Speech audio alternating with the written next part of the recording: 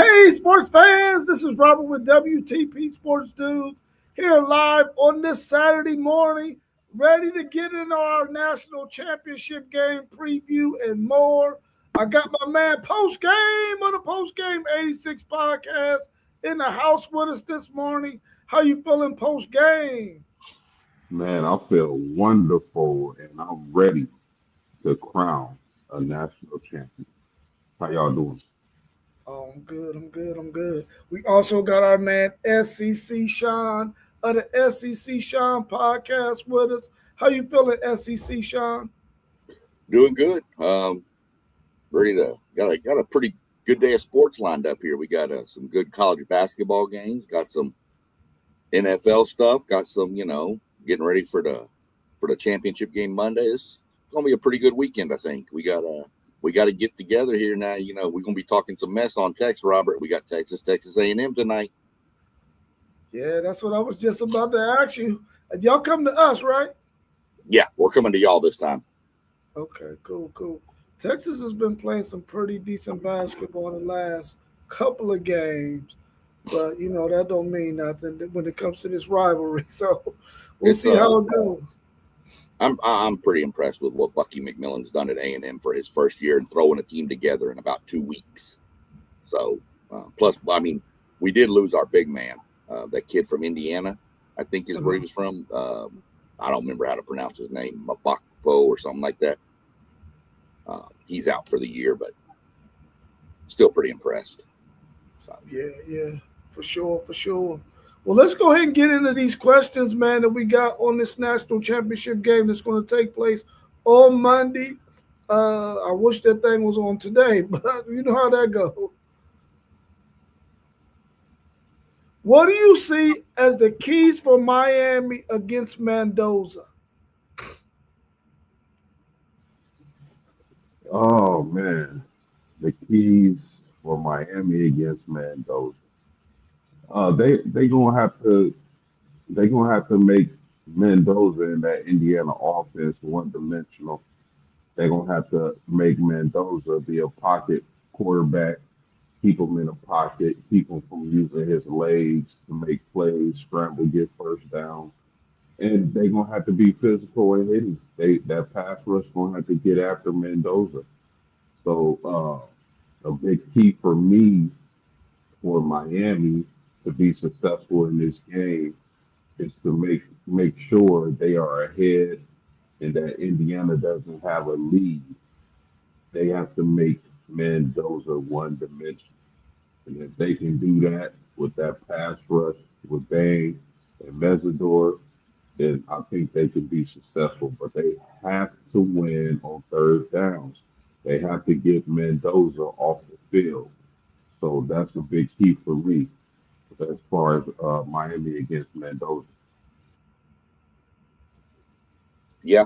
Um, I don't know what else to say. I mean, post game pretty much nailed it. You got to make them one dimensional. You got to make him beat you from the pocket, but you also have to maintain. If you're not going to get to him, you have to maintain your run fits because he can slip out and bust a little run and kind of get at that crucial third down conversion on a 3rd and 7, 3rd and 8. If you're not sound with your rush lanes when you're getting there, if you can't get home, you've got to be able to contain the edges and keep the gaps sound so that he doesn't take off on you. That's what I see as the key. Miami has to make him beat them from the pocket.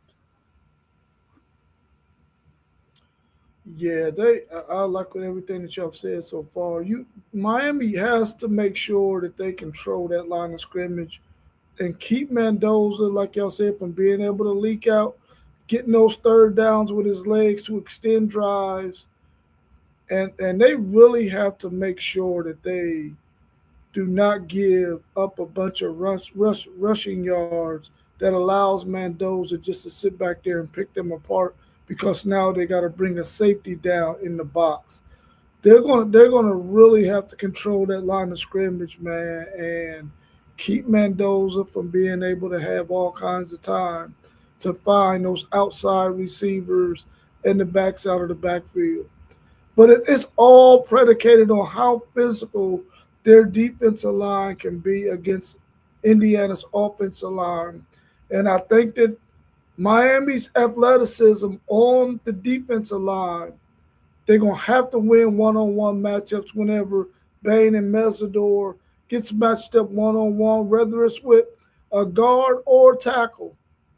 They got to win those one-on-ones and get pressure on Mendoza to keep him his timing off, his balance off, and keep him from being able to extend drives with his legs.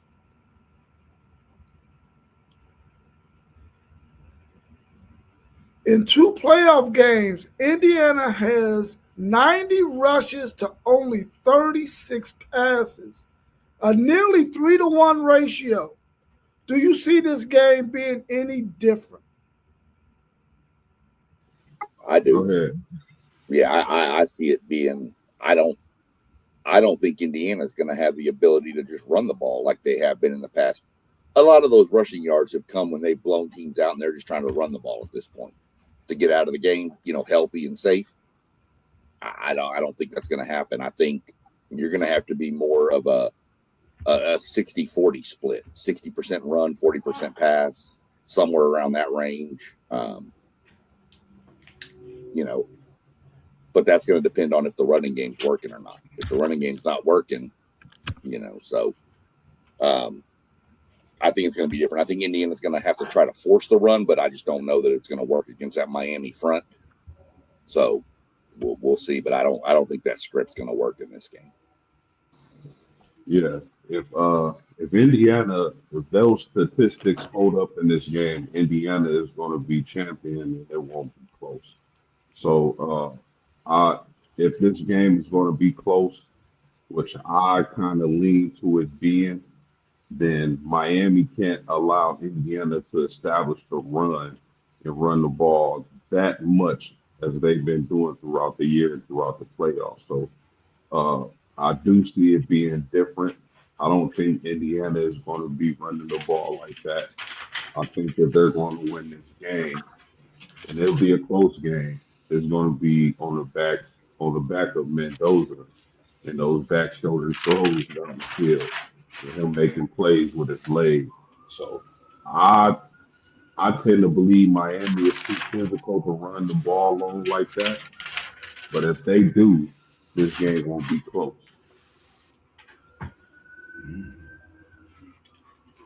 What's your thoughts on that, Mossberg? In two playoff games, we've seen Indiana rush the ball 90 times to only 36 passes, a nearly 3-to-1 ratio. Do you see this game being any different? I will say this one thing for sure: Miami coming to play. They not about to let Indiana run all over them. I just don't see that happening. They're definitely gonna have to change up that ratio in this championship game because when you think of Bain, and I don't know why I forget the other guy's name. I mean, they bring pressure. They there to get that quarterback, and they have definitely done that throughout this playoff. And we can't forget Miami's a team nobody felt that could be in. Myself being one of those guys, based on the way things look. So I think we got to respect this Miami team's defense and what they bring in.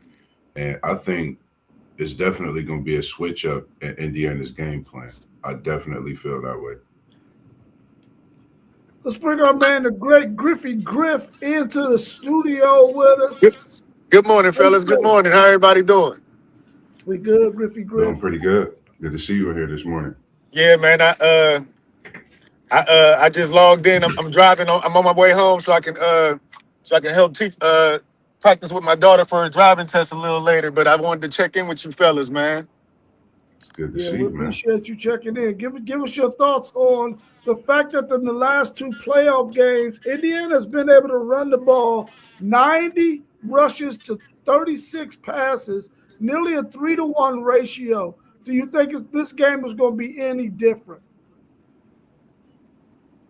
I can see it being different because of Miami's defensive front. If they come to play, if Indiana can just they've been averaging a ridiculous yards per carry attempt in these two games. If they can manage to still average maybe 4, maybe 4 yards of carry, get that first down, get that 4 yards on first down, and they stay on schedule with their game plan. I think they could still do the same game plan they've been doing the first 2 games. But if Miami's defense comes to play the way they've been playing the first 2 games and forces Mendoza to throw the ball more than usual, I can see Miami winning this game. A really close game because I see Indiana's defense coming to play also. But if Indiana's able to run the ball at the ratio they've done the first 2 games, Miami doesn't stand a chance of winning this game. Yeah, I agree with that. What are y'all's keys to for Carson Beck against this Indiana defense? Carson's gonna have to get the ball out quick. That's gonna be the game plan for Miami. If Indiana's DBs can stick to the Miami receivers and make Carson hold on to the ball, it's gonna be a long night for Carson Beck. We could see the one Carson Beck that comes out almost like a Jameis Winston type, where he throws 2 or 3 picks Monday night. But he has to get the ball out quick. That's the game plan for them. And Miami's run game has to work for him to help Carson Beck. Because if Miami doesn't have a run game, Indiana's going to tee off on Carson Beck all night. Yeah, I agree with that. I think Carson Beck can't turn the ball over. And I know that might be low hanging fruit for some, but it just is what it is. Miami Carson Beck cannot turn the ball over. He has to take care of the ball. Like Griffey Grip just said, he got to make quick throws. He got to get the ball out of his hand quick. He can't be in the pocket, being the sitting duck and the target for that Indiana defense. Carson Beck has to rely on his running backs to make plays. He gotta rely on Malachi Tony to get the ball in space on quick throws and make plays. And surprisingly, to my surprise at least, he has to make plays with his legs, as he's been doing throughout the playoffs. So, Miami or Indiana likes to play a lot of zone coverages. They like to mix up their coverages. So he has to be prepared for that. And he can't, I can't stress that enough. Carson Beck cannot get the ball up against this Indiana team, or it's going to be a very long night for the Hurricanes in Florida. So you're looking at, total points both of y'all make, Griff and Post Game are 100% spot on with the running game and stuff. But what does Carson Beck, in my mind, need to do? Carson Beck needs to go in and take off that little cape with the red S on it, that Superman cape, and become Clark Kent. He don't try to need to be saving the world and doing everything. He needs to use the weapons around him. Post game stole my thunder again with the, when it's third, how many times have you seen Carson Beck in these playoffs lower his shoulder and take off on a third down run to get a crucial first down, like 3rd and 8 against Ohio State or something? He just said, nah, we're not getting stopped on this. I'm getting to the first down marker. He has to be that kind of person, but he can't be trying to force throws. Take what you're given. You've got athletes to compete with Indiana. Just take what the defense is giving you, little short, quick passes, slants. You're not going to stand back there for 6 seconds waiting for posts and deep runs, long go routes to get open against that defense from Indiana. So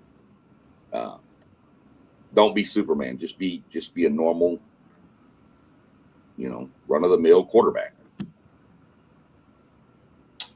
I would for me watching. One thing I think people fail to realize with Carson Beck, this kid has seen a lot. He's seen almost every coverage you could see. I would say in college football with the disguises, amongst so many more things. And as you guys saying, with him taking off lowering his shoulder, people not realizing he's wearing that number 11. Number 11 didn't beat the Ohio State University. Number 11 did some things, and I'm talking about Ken Dorsey, no comparisons. But he's making this number 11 look legit in this Miami uniform. So I think that's something people got to really look and think about. They don't talk about that team a lot in comparison, but this Miami team haven't forgot about that game in which they play heavy against Ohio State, and they've continued to play. And I think this Carson Beck And this game, he has to be himself. Be that quarterback that you came in, that they recruited you at this 4-star, 5-star rating. Go out there and get this national championship. This is the biggest game, I think, of his career. This is your senior year, everything on the marbles. You came over with the big NIL deal after leaving Georgia, so all eyes on you. I think you step up, you get this big win for Miami, you go down not in history of Miami, but in college football history for a team nobody felt would be in a playoff to lead them at your position and continue to do what you do. Quiet as kept, one of the superstars, and possibly if they win MVP of this Miami team in this playoff. My man, my brother Mossberg with the Ken Dorsey reference. I love it. Mm-mm. Yes.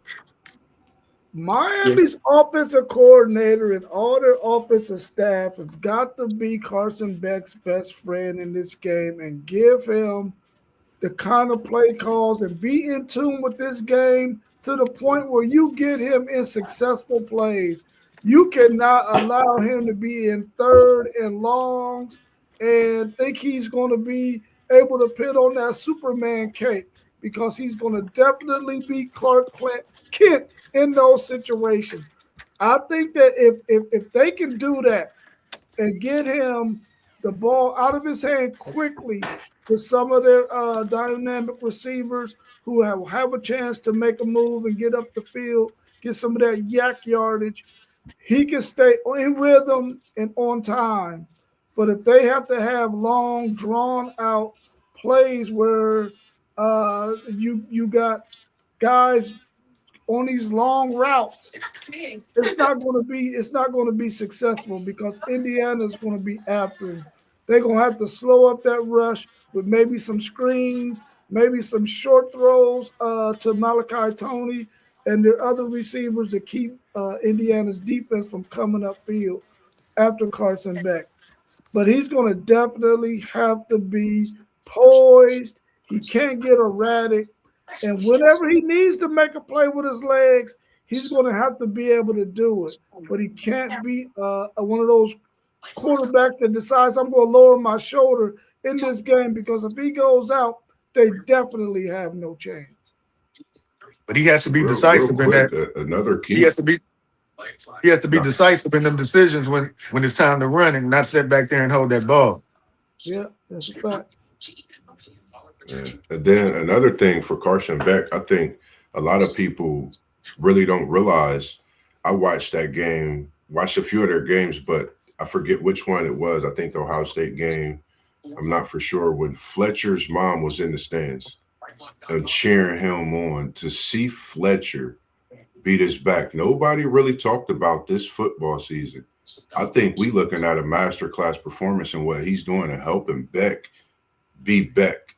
I think when you have a running back you can hand the ball to, you as a quarterback, you seeing him fight for tough yardage, you want to put that effort towards fighting for some extra yardage. And I think we seeing this, and we gotta, definitely give kudos because if you have Carson without Fletcher, you wouldn't have Carson Beck being as successful as he has been this year. And we could see Miami with the 3-to-1 ratio, the way Fletcher's been out here running this football and Miami's defensive pressure towards Indiana. It's some things that's gonna be tackled and handled in this game for sure. It's gonna be one in the trenches, definitely. Yeah, for sure. Should Miami man up on the outside during this game, during spurts in this game? I think they can. I don't know. It all depends on the floor of the game. But I believe if their defensive line, not even just those edges, but in the interior of that Miami defensive line, if they can get pressure on Mendoza to stop that running game, I think they can man up on the outside. Because I mean, a lot of those throws, those back shoulder throws, the quarterback needs timing. The quarterback needs a good pocket to execute those plays down the field. So I think they can, but game flow is going to dictate that a lot in this game. They can get pressure up the middle, off the edges, like they tend to do. Miami can run man to man on the outside against those receivers. But if they can't get pressure, those receivers for Indiana are going to eat all night long. Mm. Yeah, see, I've got it. I got it pretty much the same, but maybe a few little differences. I think Miami goes straight man in this game because that frees Keontae Scott up to blitz off the edges.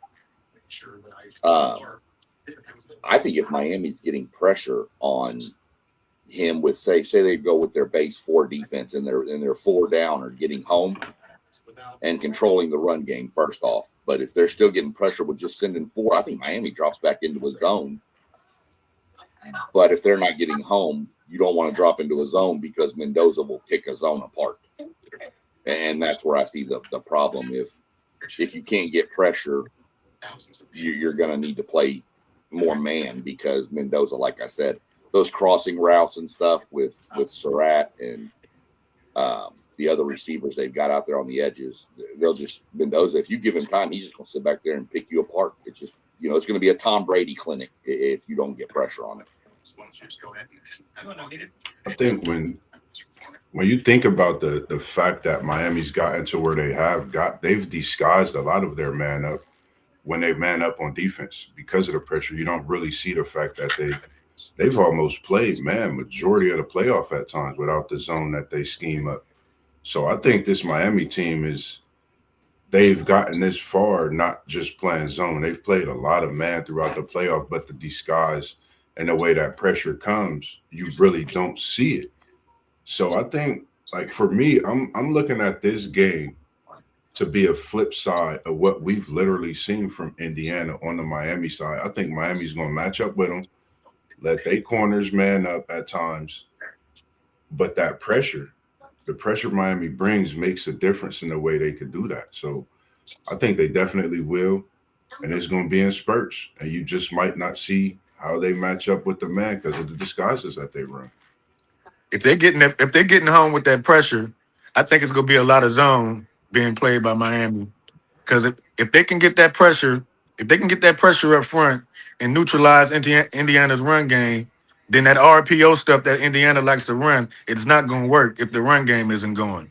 So if Miami is successful getting to the quarterback, I see a lot of zone being played by them more than man because of the RPO action that Indiana likes to run, and they sit back and just wait for Mendoza to make mistakes if they're getting home stopping the run. Yeah, if Miami's front 6 or 7, if they can go with a light box and stop the run, they can really go man to man and then allow for that safety to be able to blitz off the edge or even bring a corner off the edge. And that'll allow them to keep Indiana in 3rd and longs, where then you can fall back into your zone, keep everything in front of you, and just tackle before they get to the sticks. But I think on 1st and 2nd down, Miami is going to definitely have to be like glue, man to man on Indiana to try to get them in 3rd and long situations to keep their receivers from being able to just have cushion to make easy throws for Mendoza to get him in a rhythm to where those guys can possibly get some yak yards because they're bigger receivers. But Miami's athleticism and speed on the outside should be able to handle that. But they got to be good against the run, like y'all all said, to keep Indiana in 3rd and long situations where then they can fall back into a zone. But I think in early downs, they really have to play man to man and be sticky in coverage to make it tough for Mendoza to have smaller windows to try to fit that ball into. Can target the motion help Miami get the ball to Malachi Tony in space, or is Indiana too disciplined to allow him those opportunities?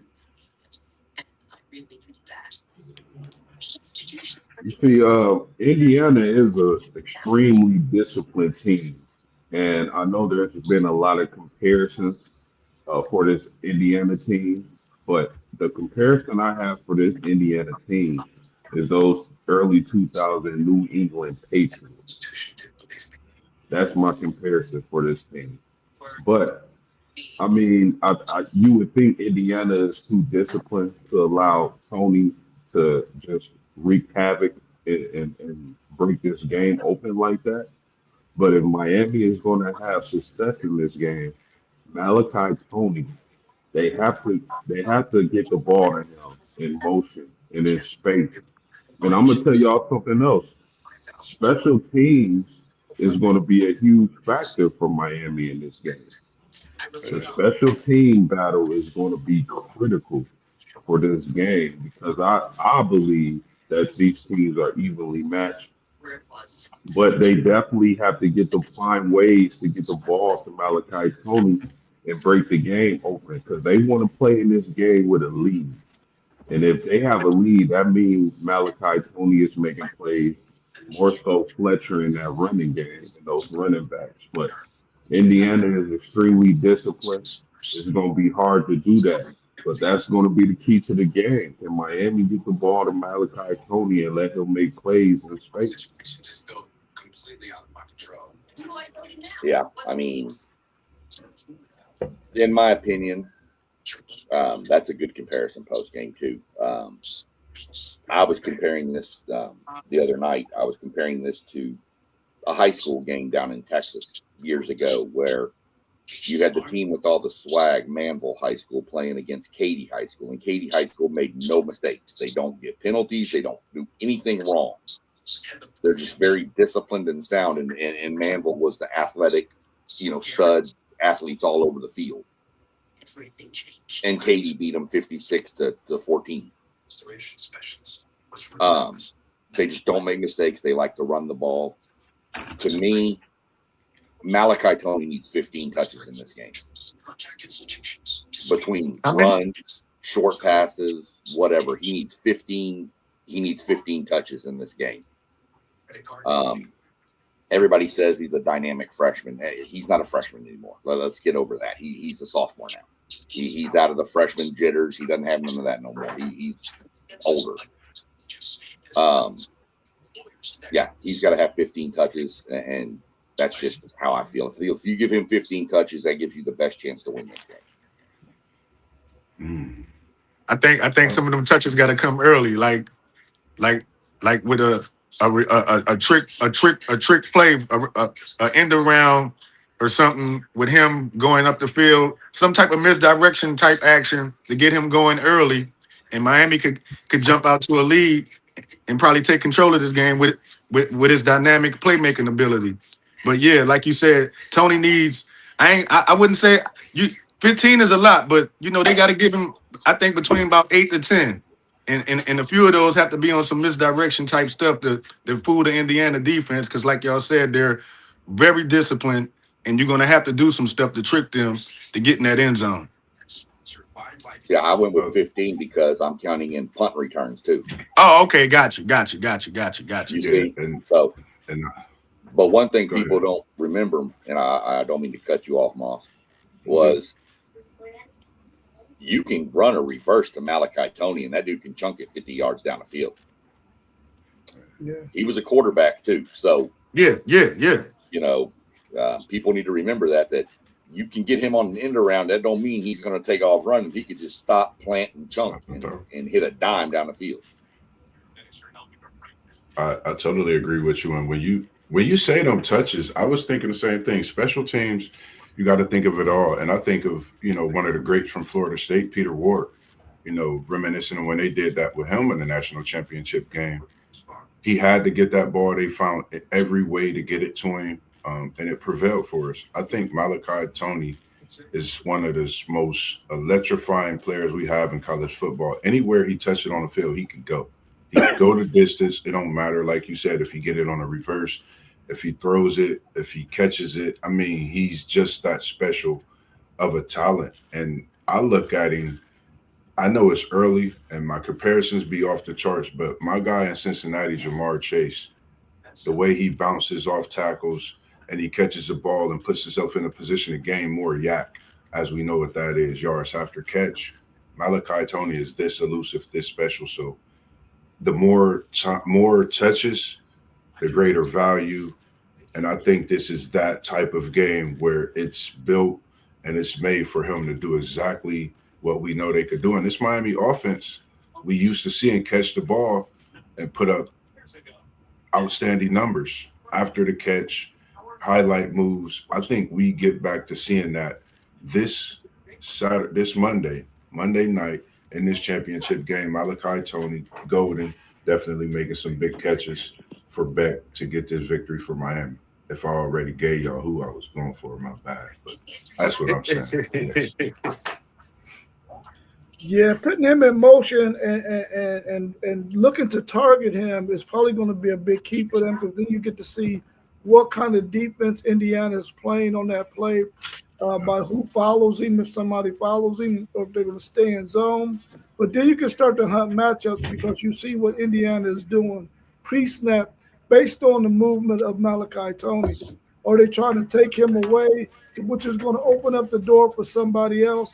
But I think he's going to have to be the key piece for them, and they're going to have to move him around so that you can see where your matchups are at, where you can win at, where Carson Beck can maybe get the ball out of his hand quickly to somebody else because the defense is focusing a lot on Malachi Tony. So I think he's going to have to be very, very important in their offense this game, just so Carson Beck can see what the defense is looking like pre-snap. And I think he's the key player that can help him do that.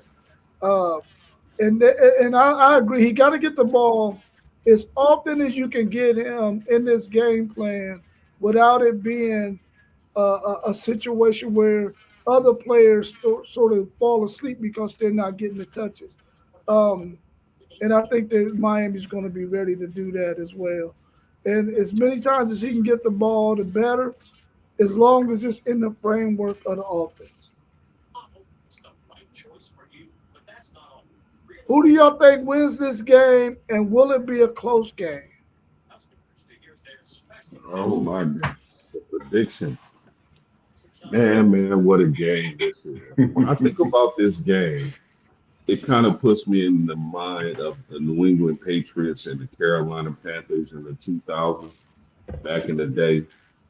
Um, but Indiana is a talented, disciplined, well-coached team, physical, and they're mature. They're an older team. I want to say that the pressure of completing an undefeated season kind of may get in the way of Indiana completing that task, but they're so older and more mature. I'm not sure if that's going to be a factor. The fact that they're playing in Florida, I know Indiana is technically the home team, but they're on Miami turf. And I think I don't like to use triangle theories, but I kind of like when you think about the Ohio State team and how great they were playing ball throughout the early parts of the season. And I think Miami beat Ohio State more soundly than Indiana did. Uh, Indiana's had a tough road at the latter part of the season. Miami has too, but man, I just think the style of play, the way this game is going to go, it favors Miami. And I know Indiana is favored by like 7 or 8 points. I think that's a little too high, but I think the physicality of Miami, the fact that they're going to be playing in Florida, the fact that Indiana may have some pressure on them to complete a perfect season. I just think Miami is going to hit Indiana in the mouth, and they're not going to see it coming. I do believe it's going to be a close game. I think Malachi Tony is going to change this game on special teams. I think Fletcher is going to be a monster and run the ball. And here's the thing, Miami's offensive line, I would be hard pressed to imagine that my Indiana has faced the offensive line this big, this physical, this dominant.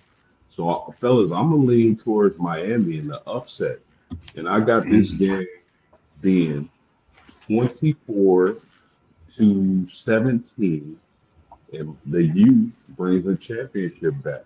their story program. Man, this is good. This is good. I for me, I'm really thinking about this Miami team and the fact that they went from not being in a playoff, as far as the people not picking them, not thinking they should be there. They beat the defending champs, storied and what their season was looking like. Then they go put a little whipping on Ole Miss, and now they sitting in the national championship. It's all in a bliss, man. So guess what, Andy? ACC. Everybody been talking about us, even myself. I think we come out on top in this. And Indy has been steamrolling everyone they've played. But guess what? It's back on you this time. And I think Miami come down and put a whooping on this Monday night. I think we about to see some. I got that feeling with this Miami team, man. I think they the ones that's out with their backs against the wall. If you really think about it, they have nothing to lose. The odds has been against them all season, and no one has picked them to be in the championship. If you look at everybody's season predictions, except those Miami fans, KT, Justin, a few others we know, I'm taking Miami post game, and this is going to surprise you in the score that I picked. They won by about 40 their first two, so I'm taking Miami 38-14 over Indiana Monday night. They get handed a BTA. As all these Big Ten schools been talking, they the ones that brought the BTA. So Michael Irvin has definitely been supporting Ray Lewis and that alumni with this Miami team. And I think that's another reason that they doing what they doing, having them in that support room and just everything. I think Miami come out and put a belt on, and they give them an old school whooping. No undefeated season for Indiana. Great things they've been doing, but it's time for the U to get back to business.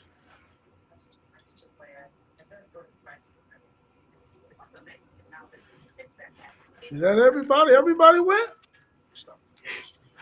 No, I was going to let Griff go, but I think maybe he jumped off. Man, it's going to be a close game. I don't think Indiana's seen a line of scrimmage like they're fixing to run against both sides of the ball. Miami's pretty much been in playoff mode since that SMU loss. They knew they had to keep winning or they weren't getting it. One more loss would have put them out, so they had to win. I think Miami is more battle tested, especially lately. I mean, I get Indiana beat Alabama. We all agree we're not even sure Alabama should have been in. And they smashed Oregon, who they, another Big Ten team that they had familiarity with. Yet Miami had to go to a Texas A&M team and play in a hurricane force winds, and then they took on what everybody predicted was hey, the crown's already been given to Ohio State, and handled them pretty well. That was a pretty dominant performance by them. So I have to lean Miami in this game just because at least they beat my Aggies. So at least we lost to the national champion. I think it's close. 28-24 is what I got. I didn't catch Mossberg's prediction. 38-14. I'm a 38-17. One of them scores you get them Aggies wins. 38-17 Miami. I think the only team that can blow the other out is Indiana blowing out Miami. I don't think Miami can blow out Indiana. I think that's not Miami's game. Miami's game is defense, run the ball, control the clock. They're not a 50-20 type game without turnovers and special teams plays, like if they return 2 punts or something or a couple of picks. But I think if you eliminate those things, I think you've got Miami is more scripted to win a 28-24 slugfest than a high score. If it gets into a shootout, I'd like Indiana, but I don't see that happening. I'm going Miami 28-24. And we'll see what happens. Yeah, I'm not sure if Griffey Griff is back yet or not, but I am going with the U. Listen, here's why. Partially because I want to be biased, because I don't want to see the freaking Big Ten win another national title because I'm an SEC man. I don't want them to get another freaking title before my SEC gets another one. That's the first reason. But because I really believe Miami's offensive line can Come do what here. needs to be done to contain Yo. Indiana's defensive line. And I think that could be the key for Miami to win a very close game. We've seen in sports a lot where you have a team who has been dominating in the playoffs, and then they come up against a team that is just going to be just as physical or even more physical than they are. And that more physical team who has not been blowing people out, who's been a little bit more battle tested, pulls out the victory. And I think that will be the case for Miami. I think they're the team of destiny this year. I want to stay with my prediction that we will never have another undefeated national champion in football, college football, that is, ever again. And I hope that that comes true. And Miami can win this game against Indiana 27-24. Let's go the U. Let's go. I got Indiana, man. I'm going Indiana 24-16. I think their defense is going to stand up like they have all year, neutralize Miami's offense, get a lot of pressure on Carson Beck, force him into making some costly mistakes. And I think Indiana's run game is going to come to play like they have been the first two games. I don't know if the ratio is going to be the same as it has been, but I can see them making enough plays, running the ball to keep Mendoza clean in the pocket to get some of them RPOs off, make a few plays, and win this game 24-16. First off, I got to say that everybody on this panel needs to love Griff because it wasn't a clean sweep for Miami. Because if it was, Indiana was going to win. So we all got to love you for that pick of Indiana. Yeah, I was going to change my pick. I like this Indiana team. I really like. Who y'all say this Indiana team remind y'all of? Look, here's what it reminds me of. This is kind of post game been saying a lot of references back to like the Patriots and stuff with different things. This game kind of reminds me of that Patriots Giants Super Bowl, don't it? The hot favored New England Patriots coming against the team that barely snuck into the wild card with the Giants, and the Giants beat them to ruin their undefeated season. Interesting take. And you got a quarterback over there in Beck who's looking just like Eli, and a guy over there, Mendoza, who had Brady as the MVP that year and king of it all. I love that comparison. I love it. Parlay Poe said Big Ten. We got Parlay Poe. What's the score you think, Parlay Poe, as I'm writing you down for your Hoosiers in that Big Ten conference? Any predictions you got for the people out there? Anything you want them to pick?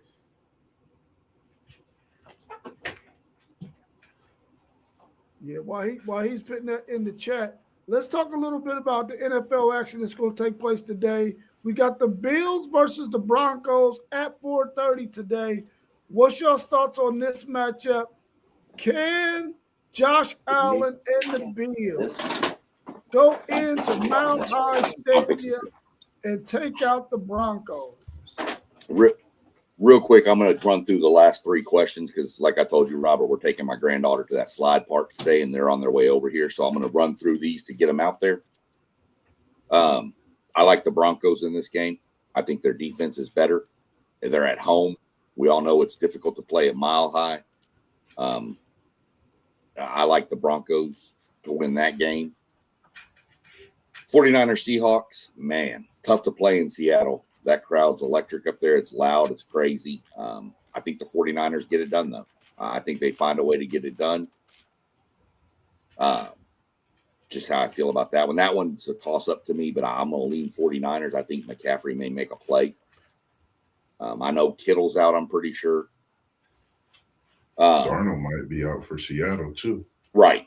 So it's kind of, I'm still up in the air on that one a little bit. Real quick, I wanted to throw it out there post-game, mention the line for the championship game. It's opened at 7. It's now Indiana by 8.5. The over-under is 47. So all the money's coming in on Indiana right now. So that's my take on those two. Darren Mensah hitting the portal. Total. He was. I will put money right now. He'll wind up at Miami. I guarantee Miami was in his ear. I promise. He was at he'll be at Miami next year. That's where I'm at with that. I told Rob earlier, I think post game caught some of it. I'm going to jump on either later on this afternoon. I'll send it out to Moss, Post, and Robert as well.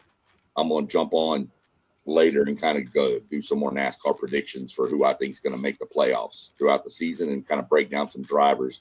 But I'll send y'all a message as to what time that's going to pop on. If y'all are available to jump on, cool. If not, I get it. It'll either be today or tomorrow. I haven't decided yet. But other than that, that's my take on this stuff. It's good to see Poe in the comments. I hadn't caught up with him in a while. Y'all have a good weekend. And remember, everybody, look down below. Go like, subscribe, share, hit the notification bell. We're going to have some content popping. College basketball fixing to get rolling. We got the NFL playoffs. I got my NASCAR coming. We got a bunch of stuff we're going to be talking about. So y'all go jump in, join us, support us. Everybody have a safe Saturday, and I'll catch up with y'all probably tomorrow morning. Yes, sir. Peace. Peace, man. Have fun as well with the grandbaby. Always, brother, always. That's Hurricane Madeline. Yes, indeed, man. Yes, indeed. I'm trying to think, who am I going to get? All right, who y'all taking in that game against the Broncos and the Bills, and what's your thoughts on that matchup? This is tough this was tough for me. I know I'm in a process of about to leave myself. My dad, I got a surprise trip. I don't have no clue of where I'm going. He said it'll be great for the podcast. So just know that your boy Mossberg will be going live sometime today, wherever my pops take me. I'm more excited than I feel like a kid in a candy store, kind of like SEC Shine's grandbaby right now. But I'm taking Bo and these Broncos, man, in Mile High. I think they've been a class act this year. And what I mean by class act, just watching how they've done things. They've consistently won games. If they have a loss, they go back to the drawing board, it seems like, and come out better than ever. And right now, I think they've picked up some steam to where Josh Allen, you might have fell into a trap and going to Mile High, because it's going to be very tough to get a win there today. And we know what the playoff atmosphere could be like there.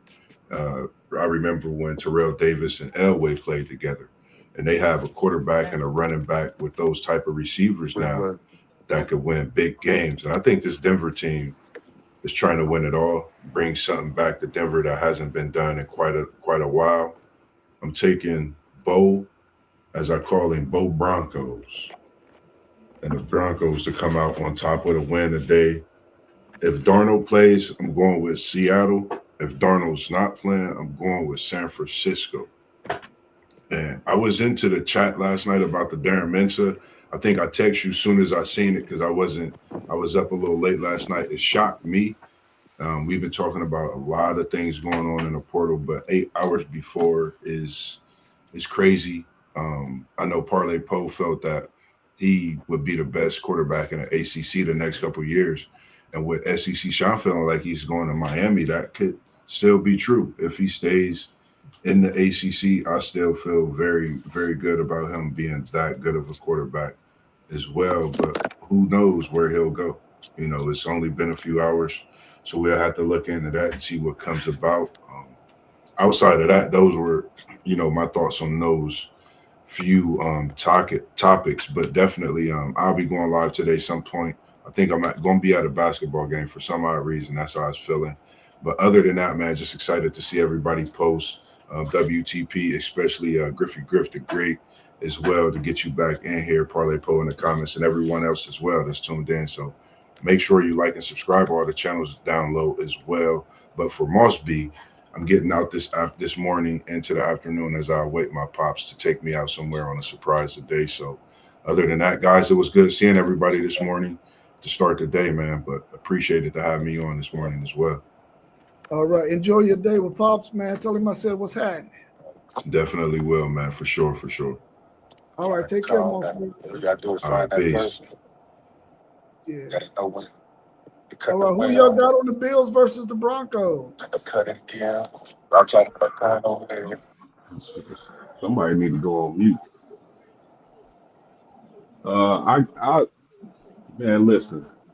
I thought Josh Allen was going to be sent home last weekend, but that didn't happen. For Buffalo to win, I think they have to rely heavily on Josh Allen. And against the Broncos at Mile High, I think that's too tall of a task. Even though Buffalo has the better quarterback, Denver probably has the better overall team, especially with the running game, that defense is stingy. Come on So right I there. think at home, I'm gonna take the Denver Broncos over the Buffalo Bills.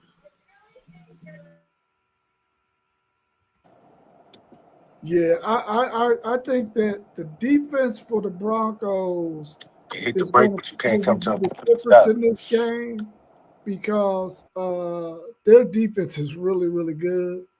Josh Allen is going to really have to put on a Superman cape, though, in order to pull out this victory against the Broncos and that defense. I'm going to go with the Broncos in a close game because I feel like Josh Allen is going to be able to make enough plays to keep it close, but I don't think they get the win in Mile High Stadium. I'm going with the Broncos to win this one in a close battle that's going to really come down to the wire because I believe that the Bills and Josh Allen are going to be able to keep this thing close because he's going to put on his Superman cape. What's your thoughts, Griffey Griff?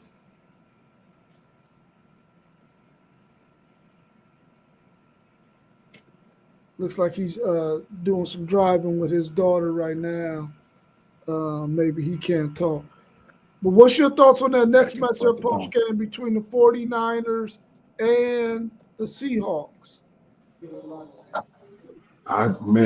Listen, I love the way Brock Purdy is playing, Rob.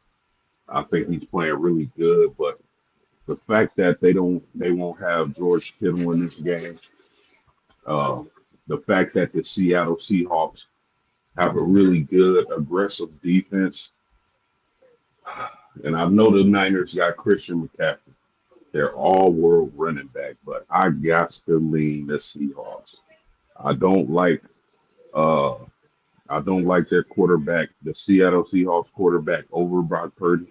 I think San Francisco easily has the better quarterback, but I just think with the defensive play, the special teams play, I think Seattle is a bit much for San Fran right now. So I'm gonna take the Seahawks in this one, bro. Yeah, I'm going with the home team as well. And I agree with you. I don't think that Darnold is a better quarterback than Purdy, but I just feel like he might have more around him defensively and offensively than what Brock Purdy has around him. Seems like all he got is McCaffrey and himself, especially with George Kittle being out in this game. I'm going to go with the Seahawks because I feel like they've been able to have the formula to beat the 49ers this season. They beat them in their last matchup pretty easily, even though I know that that game was one of those games that had something on the line. It just seemed like the 49ers weren't really out there playing. And I think the Seahawks are going to get the job done again tonight at 8 p.m. So I'm taking them Seahawks, and Sam Darnold will get his team to advance in this one. What's your thoughts on Darian Benza hitting the portal 8 hours before the close of the portal? Was he drawn out by other teams? Absolutely. Absolutely. Hold on 1 second, Rob. Yeah, I think All Darian right. Benson. Okay, go ahead. My bad. Oh no, you okay? Uh, yeah. I mean, expect the unexpected, I suppose. Looking at the Demond Williams of Washington situation, and we know that this is a dirty game. We know there's collusion. We know people get contacted throughout the year via their agent or via themselves. You know what? I knew this was going to happen. I didn't know which quarterback it was going to happen to, but I knew once I found out or I realized that Miami doesn't have a quarterback, and this is Carson Beck's last year, they were going to go get somebody. And I just think, like, man, there's no more loyalty in college football. That's over with. As long as this portal is allowed to operate as it's been operating these last couple of years. So, I mean, for Miami, it's a great pickup. Mensa can ball, man. That's a really good pickup for Miami. But how it was done and the loyalty factor in it, I mean, I don't like to see stuff like that. I mean, I get it. Probably more money for Mensa, probably a better chance to compete for a national title because he's going to go to Miami. There's no doubt about that. This was a Miami Hurricane. No doubt about that. I mean, SEC Sean spoke on it before he left. He'll be a Miami Hurricane. I mean, but I hate that for the young men in those locker rooms, those teams, that camaraderie. You know, it's the wild wild west. It's like NFL free agency now. So with stuff like this happening, and then the previous thing with the quarterback from Washington, Demond Williams, I think we're at the tail end of the transfer portal being like this. They gotta get this thing under control. I'm pro players being paid, being able to make some money playing this physical, violent game of football that we love for our entertainment. But this transfer portal, they have to get it under control. I'm so sick of players leaving teams, leaving their team every single year just to get a bigger slice of the pie. Like again, I'm cool for you getting paid. You setting yourself up for financial stability early on in your life. I'm all for it, but this willy nilly go to a different team every single year. Uh, I can commit to a team, and then a coach or a team contact my agent, and then all of a sudden I'm gone. That got to stop, and I think we're going to see it stop very soon. Yeah, this is another one of those classic examples of there was an opportunity for the NCAA to be able to put something in place to sort of keep this kind of thing from happening. And yet we still got to let all of these daggone things continue to play out before we decide to make something happen and before we decide to do something about it. And it's like we already knew that this was coming down the pipeline. Players was going to start doing this kind of stuff. We saw it last year. We saw it with Nico. We saw seen it twice this year with Darian and Damon at the quarterback position. We know that that's where it's going to happen most prevalently is at the quarterback position because we know there's going to be teams out there who want to compete for championships that are going to try to lower guys out of their contract so that they could get them to come to their university. And I think this is a travesty, man, that and I'm not blaming the young man for going after the money and going to a situation where he could possibly compete for a championship if he decide if it's Miami, we're speculating on that because we believe that it's probably Miami because they don't have a quarterback after this season, after this national championship game, because Carson Beck has to go on to the NFL.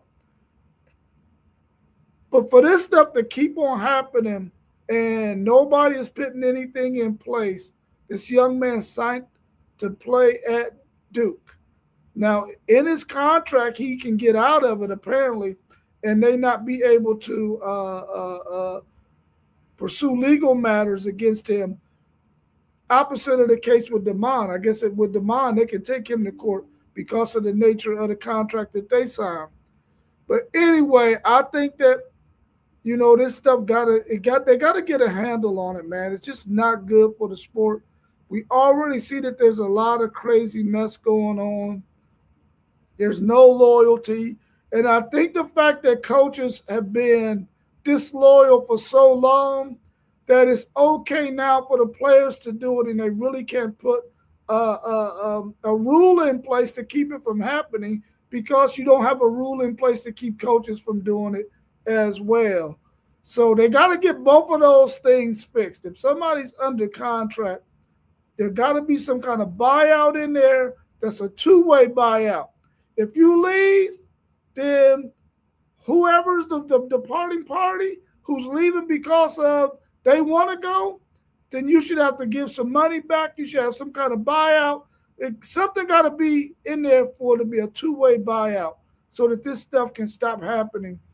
Coaches and players, because it's just out of control. And I don't know how they can do that because I don't know all the legal jargon and all that. But they got to get this thing under control, man, because college football is really starting to look crazy because they got so much mess going on that needs to be fixed. And it seems like they're focusing more on things that is going to really fix itself as opposed to the things that need to be fixed, that are unfixable if you don't take the time to work on them. So, like for instance, they're talking about the freaking 9-game rule. Now I'm off the mess of things, so I'm gonna take that off the screen. But I think, that situation is just ridiculous. But I think these coaches and these commissioners are focusing on things that they shouldn't be focusing on right now. They should be focusing on NIL and this freaking portal and the calendar. Those three things should be the main three things that they should be working on, because we already know the college football playoff, the amount of teams, that's going to take care of itself. We already know that that's going to happen because we didn't like the top 2 teams playing, so we went to 4, then we went to 12. So eventually that's going to work itself out. But they're focusing on this red shirt rule when we already know the reality is you want to go to a 5-year years of eligibility. Just go to that. Get rid of the red shirt rule and go to 5 years of eligibility. That's easy to do. Right. I think that they just are focusing on stuff that they shouldn't be focusing on when the really messy stuff is what is keeping college football looking crazy right now.